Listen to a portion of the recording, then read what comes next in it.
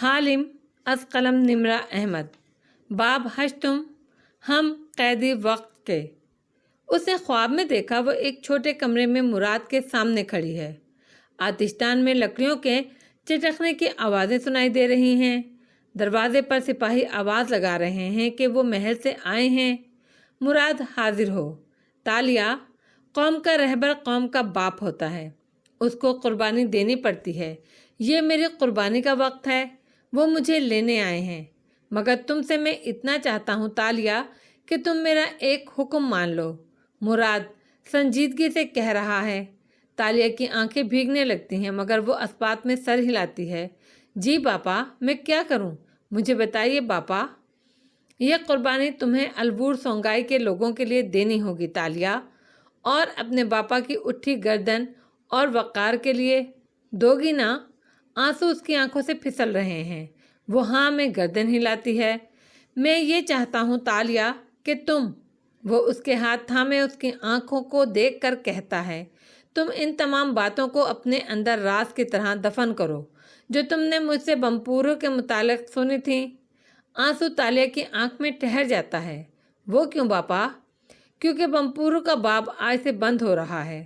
سلطان مرسل نے ہمیں واپس شاہی محل بلوایا ہے، اب ہم محل میں رہیں گے تالیہ، اپنی اصل جگہ پر۔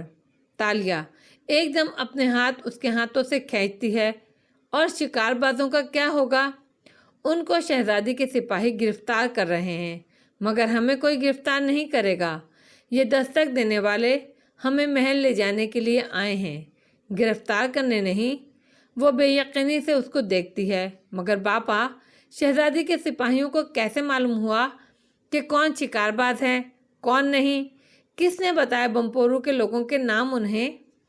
کسی قوم کا رہنما اس کا باپ ہوتا ہے، اس کو مشکل فیصلے لینے پڑتے ہیں۔ چند نام دینے کے عوض سوچو، میں محل میں جا کر اپنے ہزاروں لوگوں کی بھلائی کے لیے کتنے کام کر سکتا ہوں۔ اور گاؤں کے لوگ، وہ تو قید خانوں میں مر جائیں گے۔ وہ تو خزانہ، وہ جو آپ نے لانا تھا، اس کا کیا؟ وہ قدم با قدم پیچھے ہٹ رہی ہے، چہرہ سفید پڑ رہا ہے۔ شت!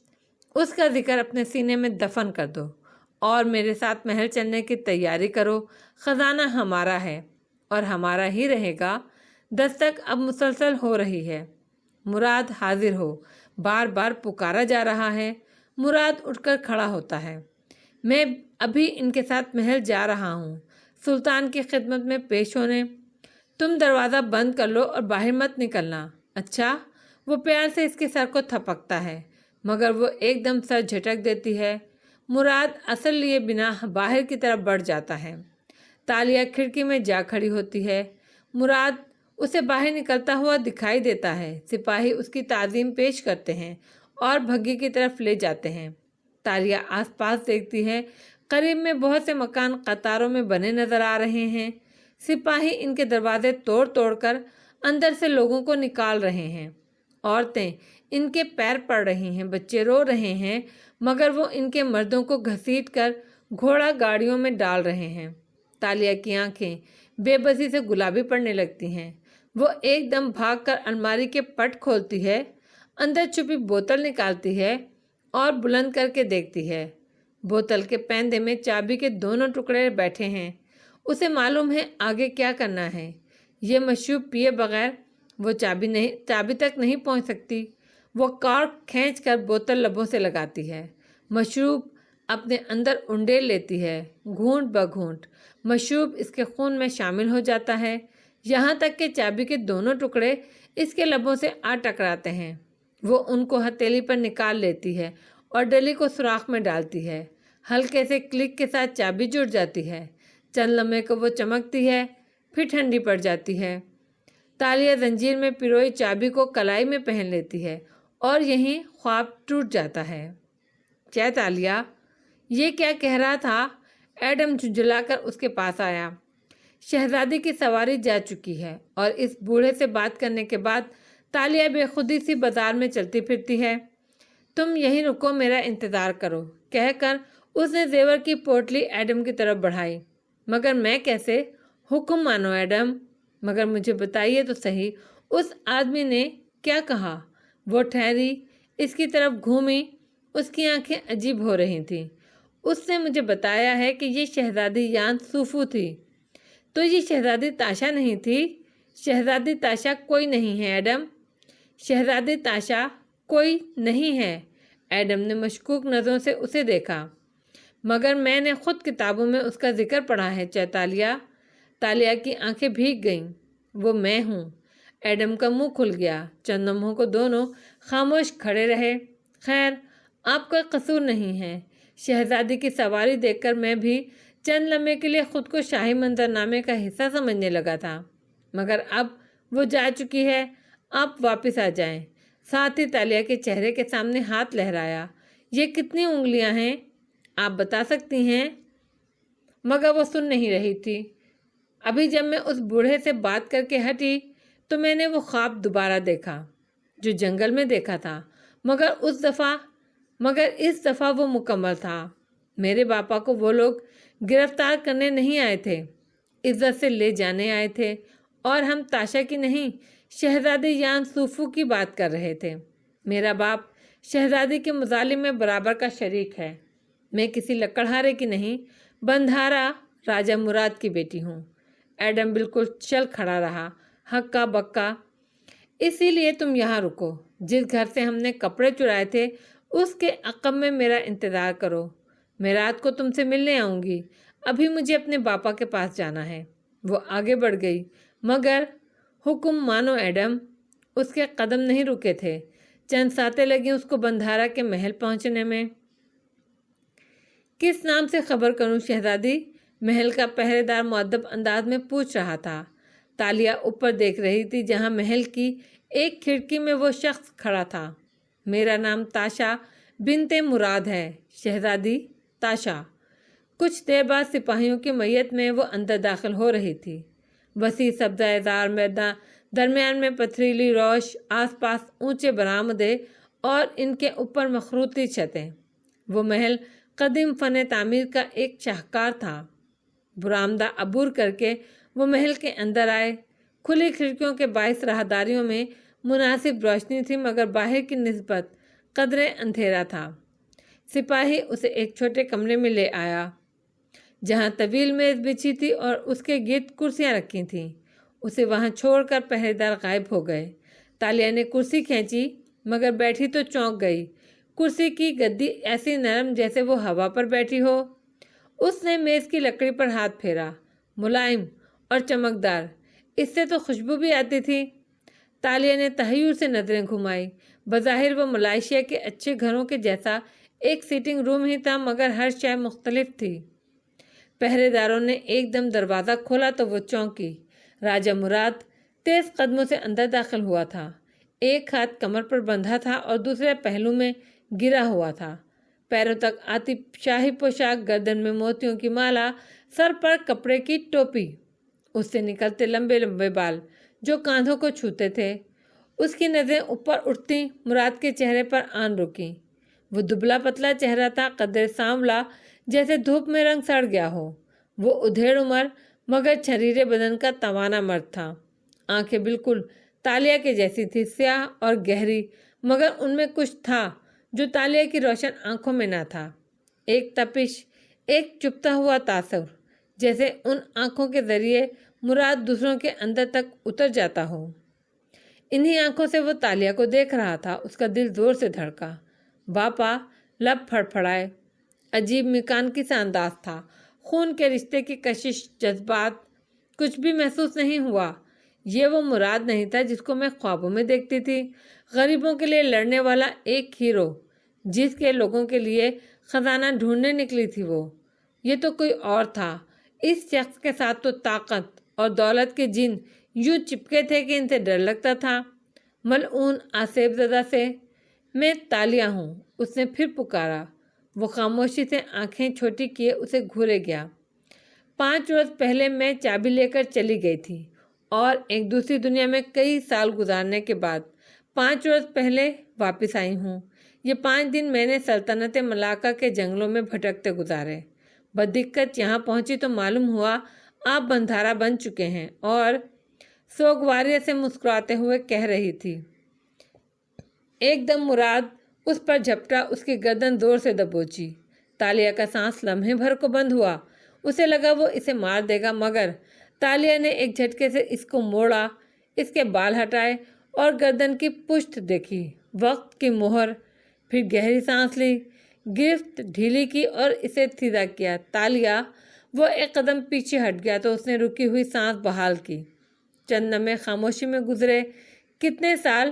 وہ اس کی آنکھوں میں دیکھ کر بولا تو لب ہلتے ہوئے محسوس بھی نہیں ہو رہے تھے۔ 17۔ وہ ابھی تک دہلی ہوئی تھی۔ کون سا زمانہ تھا؟ 600 سال بعد کا۔ تب دنیا کیسی تھی؟ وہ سوال در سوال کر رہا تھا۔ تالیہ نے ایک پل کے لیے اطراف میں دیکھا۔ اس سے بہت مختلف، بہت الگ، آپ تصور بھی نہیں کر سکتے۔ کیا تمہاری شادی ہوئی؟ بچے ہیں؟ اس کا انداز مکان کی سا تھا۔ بس اس کو دیکھ رہا تھا، کوئی اپنائیت، محبت، کچھ بھی نہیں۔ ہماری دنیا میں اتنی جلدی شادیاں نہیں ہوتی۔ وہ نم آنکھوں سے مسکرائی۔ اس قدیم دیوان خانے میں وہ دونوں آمنے سامنے کھڑے تھے، مگر درمیان میں گویا صدیوں کا فاصلہ تھا۔ دو دنیاؤں کی دوری تھی۔ اچھی بات ہے، تمہیں اس دنیا نے زنجیر نہیں کیا، تم آزاد ہو۔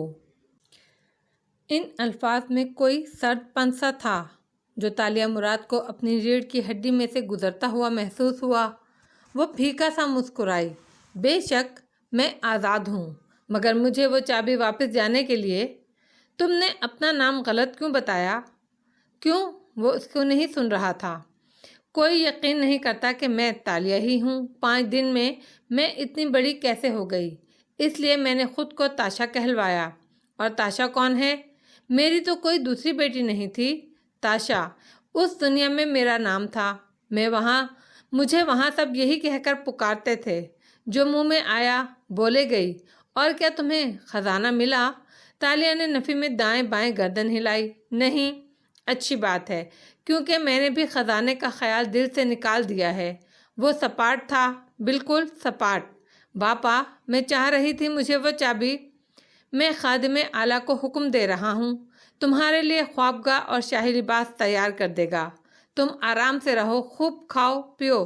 تم بندھارا کی بیٹی ہو، تمہیں بندھارا کی بیٹی جیسا لگنا چاہیے۔ اور بس۔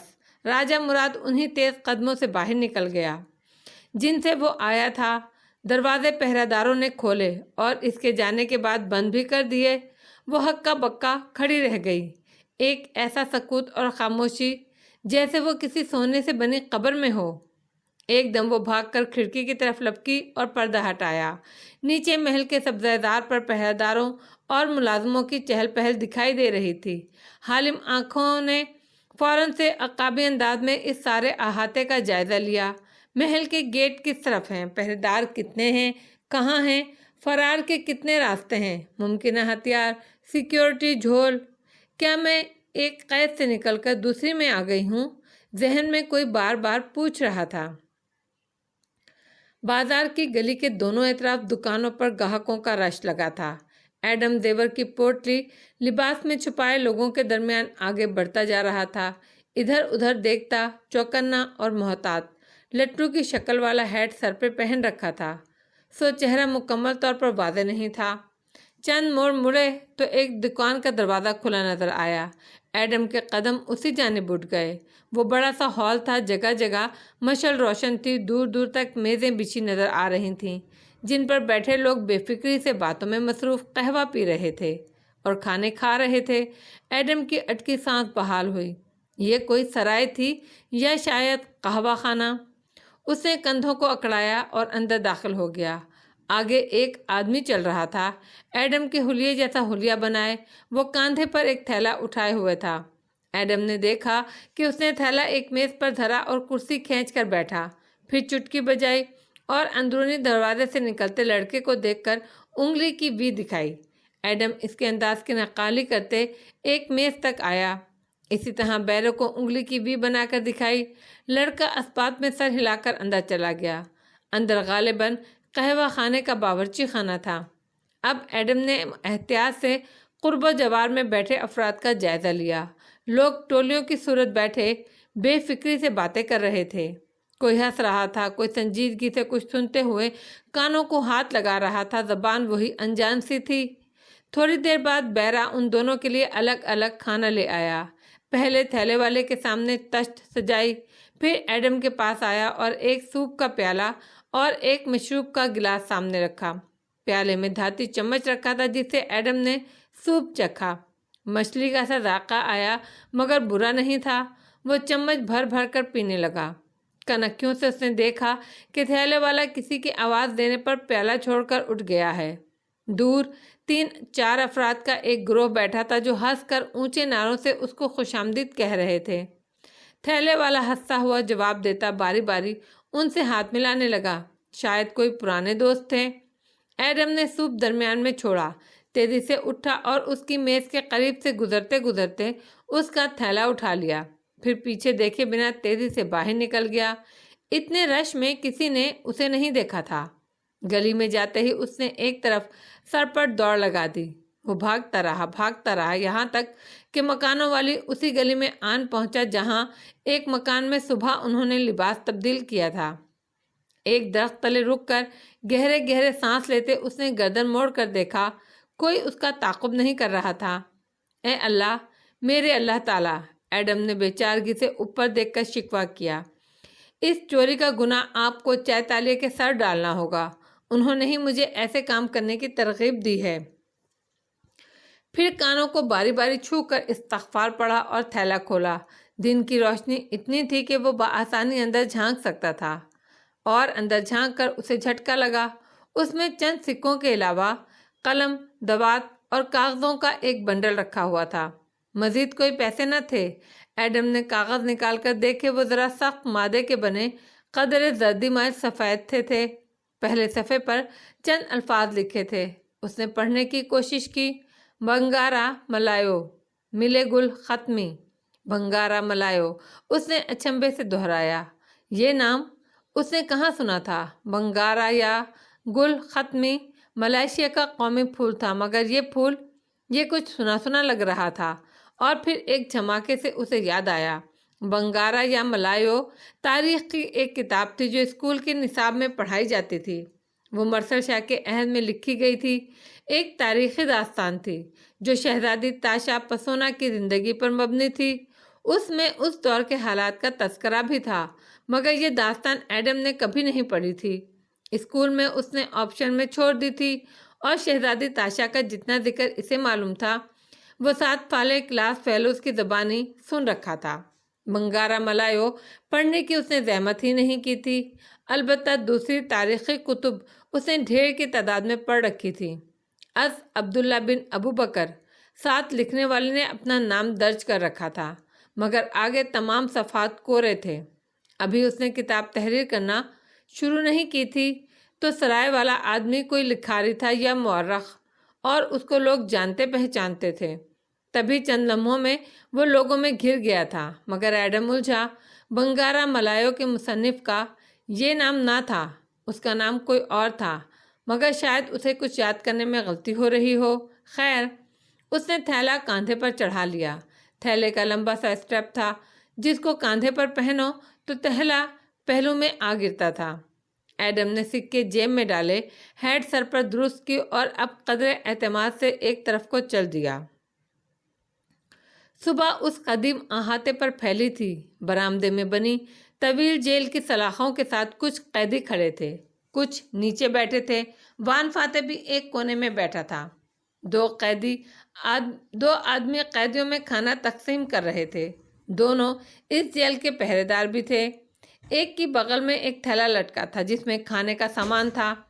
وہ تھیلے میں ہاتھ ڈالتا، ایک گیند جیسی سفید چیز نکالتا اور ایک ایک قیدی کو دیتا، آگے بڑھتا جاتا۔ قیدی جھپٹ کر اسے تھامتے اور دانتوں سے کترنے لگتے۔ دوسرا پہرے دار کوڑا ہلاتا اس کے پیچھے آ رہا تھا۔ عجیب خوف اور ہیبت تھی اس کے انداز میں۔ قیدی سر جھکائے اپنے اپنے توشے تھامے اور فٹافٹ کھانے لگتے۔ فاتح خاموشی سے کوڑے والے کا کوڑا دیکھ رہا تھا۔ یہ کس کے لیے تھا بھلا؟ دفعتاً پہرے دار فاتح سے چند قدم کے فاصلے پر آ رکا۔ وہاں ایک سنہری بالوں والا قیدی بیٹھا تھا۔ وہ البینو تھا، پیدائشی بہت گورے سنہری بالوں والے لوگ، چہرے پر ناراضگی اور لا تعلقی تھی۔ پہرے دار نے کھانا اس کی طرف بڑھایا اور ابھی البینو نے ہاتھ بھی نہیں اٹھایا تھا کہ اس نے کھانا گرا دیا۔ وہ البینو کے قدموں میں مٹی پر گر گیا۔ جہاں فاتح بے یقین رہ گیا وہاں سارے میں خاموشی چھا گئی۔ سب مڑ مڑ کر دیکھنے لگے۔ البینو کا چہرہ سرخ پڑ گیا۔ اسے کھاؤ، پہرے دار گرج کر بولا، مگر البینو بس غصے سے اسے دیکھا گیا۔ پہرے دار دوبارہ چلایا مگر وہ ٹس سے مس نہ ہوا۔ کوڑے والا ہاتھ آگے آیا اور کوڑا لہرا کر البینو کے بازو پر مارا۔ البینو نے آنکھیں بند کر لیں، لبوں سے کراہ نکلی مگر اس نے ہاتھ نہیں بڑھایا۔ اب ایک پہرے دار اس کو مار رہا تھا، دوسرا چلا چلا کر گرد آلود کھانا کھانے کو کہہ رہا تھا، مگر البینو خاموشی سے مار کھاتا رہا۔ قیدیوں کی گردنیں وان فاتح کی طرف گھومنے لگیں۔ نیا آنے والا جری مرد جو سب میں ممتاز لگتا تھا، یقیناً شجاع بھی ہوگا۔ شاید وہ اس مظلوم کو اس ظلم سے بچائے۔ وہ سب کو اپنی طرف دیکھتا محسوس کر رہا تھا مگر خاموش بیٹھا رہا۔ بوڑھے کے بازوؤں سے اب خون رسنے لگا تھا۔ پہرے دار اسے چھوڑ کر آگے بڑھ آئے، باقی قیدیوں میں کھانا تقسیم کیا۔ ایک سفید گیند فاتح کی طرف بھی بڑھائی جو اس نے تھام لی۔ ارد گرد بیٹھے لوگ مایوسی سے واپس اپنے اپنے کھانوں کی طرف متوجہ ہو گئے۔ ان کو امید تھی کہ وہ پہرے داروں کو دو لگا دے گا، ان کا ہاتھ روک دے گا، مگر ایسا کچھ نہیں ہوا۔ وان فاتح خاموشی سے اپنا کھانا کھا رہا تھا۔ نظریں اب بھی چاروں اطراف کا جائزہ لے رہی تھیں، بالکل خاموشی سے۔ ملاکا شہر میں سمندر کنارے چھوٹی چھوٹی سبز پہاڑیاں بنی تھیں، جن میں سے ایک کی چوٹی پر بندھارا کا وہ خوبصورت محل واقع تھا۔ مخروطی چھتوں سے مزین وہ لکڑی کا بنا محل تھا اور اس کے ہرے بھرے سبزہ زاروں میں شاہی پہرے دار پہرا دیتے دکھائی دے رہے تھے۔ ایک اونچی کھڑکی میں تالیہ مراد کھڑی نظر آ رہی تھی۔ سینے پر بازو لپیٹے سنجیدگی سے وہ نیچے جھانک رہی تھی۔ اس کے تو اتنے لمبے بال بھی نہ تھے جو کھڑکی سے گرا کر اس کی سیڑھی بن جاتے اور اسے آزاد کر دیتے۔ دروازے پر دستک ہوئی تو وہ مڑی اور پردہ تیزی سے بند کر دیا۔ اب کمرے میں روشنی قدرے کم ہو گئی تھی۔ یہ وہی دیوان خانہ تھا جس میں کچھ دیر پہلے وہ راجہ مراد سے ملی تھی۔ دستک پھر سے ہوئی۔ آ جاؤ یار، وہ سستی سے بولی، پھر فوراً آواز کو باروب بنایا، آ جاؤ۔ کاندھے سیدھے کیے اور گردن اکڑا لی۔ دروازے کھلے اور ایک ملے لڑکی اندر داخل ہوئی، چوٹی بنائے، روایتی لباس کو زرد اور سرمئی رنگ میں پہنے، گویا یونیفارم ہو۔ وہ سامنے آئی اور سر جھکا کر سلام کیا۔ سلام شہزادی۔ ہاں بولو۔ لڑکی نے آنکھیں اٹھائیں۔ وہ کوئی کنیز لگتی تھی۔ آقا نے مجھے آپ کی خدمت پر مامور کیا ہے۔ میرا نام شریفہ ہے۔ آج سے میں آپ کی خاص خادمہ ہوں۔ اچھا۔ اس نے بے نیازی سے سر کو خم دیا۔ مجھے آپ کے لباس کا ناپ لینا ہے۔ آج آپ مہمان خانے میں رہیں گی۔ صبح تک ہم آپ کے لیے پوشاک تیار کرا دیں گے۔ ہاں ٹھیک ہے، لے لو ناپ۔ اس نے ابرو اچکا کر بظاہر لاپرواہی سے کہا۔ کنیز پلٹی اور کسی کو اشارہ کیا۔ ایک لمبی قمیض اور ٹوپی والا تائیزان خواجہ سرا غلام۔ دو کنیزیں اندر آئیں۔ ان کے ہاتھوں میں ناپ کے فیتے، مختلف اوزار اور چند ایک تھال تھے جن پہ طرح طرح کے رنگوں کے ریشم تہہ کیے کر کے رکھے گئے تھے۔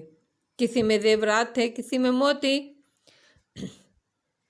تالیہ نے ایک نظر دیوار پر لگے بیضوی آئینے کو دیکھا جس کے کناروں پر سنہری کام ہوا تھا۔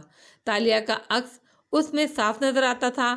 اس کے چہرے پر بے چینی اور آنکھوں میں ناخوشی تھی، عجب سی اداسی اور پریشانی۔ یہی سب وہ چاہتی تھی؟ نہیں، محل، شہزادیوں والی زندگی، زیور، مگر یہ سب پا کر بھی اسے سب سے زیادہ فکر کس کی تھی؟ اس کی جسے وہ پنجرے میں چھوڑ آئی تھی، وہ جس کے ہاتھ بندھے تھے اور جس کی زنجیر کھول کے وہ اسے آزاد نہیں کر سکی تھی، وہ جو اس کی آنکھوں کو دیکھ کر کہہ رہا تھا مجھے چھوڑ کر بھاگ جاؤ۔ وہ یہ کیوں نہیں کہتا تھا کہ میرے ساتھ رہو؟ کب کہے گا وہ یہ؟ اس نے بازو اٹھا دیے، آنکھیں بند کر لیں۔ اس کی خدمت پر مامور غلام اور کنیزیں جھٹ پٹ اس کا ناپ لینے لگیں۔ میرے ساتھ رہو، تمہیں میری اور مجھے تمہاری ضرورت ہے۔ وہ آواز پیچھا نہیں چھوڑ رہی تھی اس کا۔ بازار میں وہی معمول کی گہما گہمی لگی تھی۔ کافی لوگ آ جا رہے تھے، بول بھی رہے تھے، مگر ویسا شور اور آوازیں نہ تھیں جو اپنے زمانے میں ایڈم نے بازاروں میں سنی تھیں۔ ٹی وی کا شور، ٹریفک کا شور، ملاقہ کا قدیم شہر، ان سب سے پاک تھا۔ وہاں ایک خاموشی سی تھی، مقدس پرسکون خاموشی، جس کو گھوڑوں کی ٹاپوں کی چاپیں یا بگیوں کے پہیوں کی آوازیں بھی گھائل نہیں کر سکتی تھی۔ ایسے میں ایڈم غور سے تمام عمارتوں کو دیکھتا آگے بڑھ رہا تھا۔ لٹو کی شکل کا ہیٹ سر پر رکھا تھا اور چوری شدہ تھیلا کاندھے پہ۔ وہ ایک ایک دوراہے پر رکتا اور پھر اندازے سے ایک طرف بڑھ جاتا۔ رات وہ کس طرف سے بھاگتے ہوئے شہر سے باہر گئے تھے، اس کی اچھی یادداشت کو سچ شکر کچھ بھولا نہیں تھا۔ ایک موڑ مڑا تو بے اختیار لبوں سے اطمینان بخش سانس خارج ہوئی۔ سامنے ہی اس وسیع احاطے کا گیٹ تھا جس کے اندر وان فاتح بند تھا۔ ایڈم ٹھہر گیا، ادھر ادھر دیکھا۔ یہ بازار کا ہی علاقہ تھا، رہائشی علاقہ نہیں تھا۔ یہاں گلی میں ایک ہی چائے خانہ بنا نظر آ رہا تھا۔ وہ تیزی سے اس کی طرف بڑھ گیا۔ اس چائے خانے میں بیٹھ کر وہ آسانی سے اس احاطے پر نظر رکھ سکتا تھا۔ وان فاتح کے قریب پہنچ کر ہی اس کے اندر توانائی بھر گئی تھی۔ وہ احاطہ دراصل ابوالخیر نامی امیر تاجر کی حویلی کے گرد بنا تھا، اور برآمدے میں تعمیر شدہ وہ طویل جیل اس کی ذاتی ملکیت تھی، جہاں فاتح سمیت بہت سے دوسرے انسان قید تھے۔ رات بھر وہ اندر مقید رہتے اور دن بھر مشقت کرتے۔ صبح سلاخ دار دروازے کھول دیے گئے اور پہرے دار قیدیوں کو قطار کی صورت میں باہر نکال لائے۔ ہر قیدی کے پیروں اور ہاتھوں میں لمبی زنجیریں بندھی تھیں، اتنی لمبی کہ وہ ہاتھ پیر ہلا کر کام کر سکتا تھا، اتنی چھوٹی کہ وہ تیز نہیں بھاگ سکتا تھا۔ پہرے دار 2 قیدیوں کو اپنے ساتھ حویلی کے اندر لے گئے، اور جب واپس آئے تو وہ دونوں ان کے ہمراہ نہ تھے۔ جانے ان کے ساتھ کیا ہوا، کوئی پوچھنے کی ہمت نہیں کر سکتا تھا۔ باہر سڑک پر ایک اونچی عمارت بنائی جا رہی تھی جس کے پاس لکڑی، گارے، مٹی اور اینٹوں کے ڈھیر لگے تھے۔ قیدیوں کو وہاں تعمیراتی کام کرنا تھا۔ باہر آتے ہی تمام قیدی روز کی روٹین کے مطابق اپنے اپنے کاموں میں جٹ گئے۔ فاتح بھی انہی لمبی زنجیروں میں بندھا ہوا تھا۔ جینس گھٹنوں سے پھٹ گئی تھی، سفید شرٹ شدید گدلی ہو چکی تھی، شیپ بھی 5 روز کی بڑی ہوئی تھی۔ دوسرے غلاموں کی پیروی میں وہ بھی خاموشی سے کام کرنے لگا۔ دھوپ تیز تھی، زنجیروں کے باعث چلنے میں مشکل پیش آتی تھی، مگر اس نے گارے کا تھال سر پر رکھا اور اس طرف جانے لگا جہاں دوسرے قیدی جا رہے تھے۔ سورج سوا نیزے پر پہنچا تو فاتح سڑک پر چلتے لوگوں سے بے نیاز کھڑا ایک دیوار پر گارا لپتا دکھائی دے رہا تھا۔ دھوپ بہت تیز تھی، وہ بار بار آستین سے پیشانی پر آیا پسینہ پوچھتا۔ سڑک کنارے وہ لوگ دیوار تعمیر کر رہے تھے، ادھر اس کا ہاتھ ڈھیلا پڑتا، ادھر کوئی پہرے دار آ کر کمر پر چھڑی رسید کرتا۔ قریب میں ایک خوانچہ فروش اپنی ریڑھی دھکیلتا آ رہا تھا۔ جب وہ فاتح کے قریب پہنچا تو کسی گاہک نے اسے روک لیا۔ وان فاتح اپنے ساتھ کھڑی ریڑھی سے بے نیاز دیوار پر ہاتھوں سے گارا لگا رہا تھا۔ سرگوشی پہ اس کے ہاتھ ٹھٹک کر رکے۔ چونک کر مڑنے لگا، مگر گارڈز دیکھ رہے ہیں، سر میری طرف مت گھومیں، اپنا کام کریں۔ فاتح نہیں گھوما، بس آہستہ سے از سارے نو گارا لگانے لگا، پھر اسی آہستگی سے ذرا سا رخ موڑ لیا۔ اب اسے کنکھیوں سے نظر آ رہا تھا کہ ریڑھی کے ساتھ سر جھکائے ہیٹ پہنے وہ معزز سا دکھائی دیتا آدمی ایڈم ہی تھا۔ تم ٹھیک ہو؟ وہ لب ہلائے بغیر بولا۔ دل کو سکون ملا تھا۔ جی سر، مگر آپ ٹھیک نہیں ہیں۔ ایڈم سر جھکائے منہ میں بولتا ریڑھی کی ایک ایک چیز اٹھا کر دیکھ رہا تھا۔ اور تالیہ؟ اس نے اپنے متعلق سوال نظر انداز کیا۔ چہ تالیہ؟ ایڈم نے گہری سانس بھری۔ وہ بھی ٹھیک ہیں، بلکہ سب سے زیادہ وہی ٹھیک ہیں۔ تم الوور سنگائی کیوں نہیں گئے؟ تمہیں مراد کو ڈھونڈنا تھا۔ فاتح اب جھک کر تھال سے مزید گارا ہاتھوں پر اٹھا رہا تھا، انداز میں ناخوشی تھی۔ ہم شہر سے باہر تک گئے، پھر چہ تالیہ ہمیں واپس لے آئیں۔ وہ آپ کو چھوڑ کر نہیں جانا چاہتی تھی۔ بے وقوف! خفگی سے سر جھٹک کر سیدھا ہوا، پتھروں کی تہہ پر گارا ابھرا۔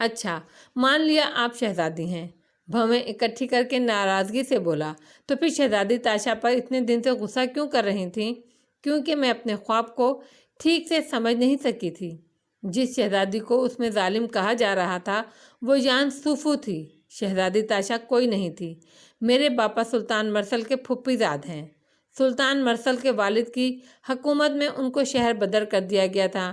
وہ الور سونگائی نامی گاؤں چلے گئے، وہاں باغیوں کی ایک تنظیم بنا لی جس کا نام ومپورو تھا۔ وہ سلطان کی پالیسی سے نالاں تھے اور لوگوں کی فلاح و بہبود کے لیے کچھ کرنا چاہتے تھے، مگر جب سلطان مر گیا اس کا بیٹا مرسل سلطان بن گیا اور اس کے بندھارا اور شہزادی یان سوفو نے مل کر ومپورو کے لوگوں کو گرفتار کیا اور ان کے گھر اجاڑے، تو باپا نے اپنے لوگوں کا ساتھ چھوڑ دیا اور بندھارا کے ساتھ مل گیا۔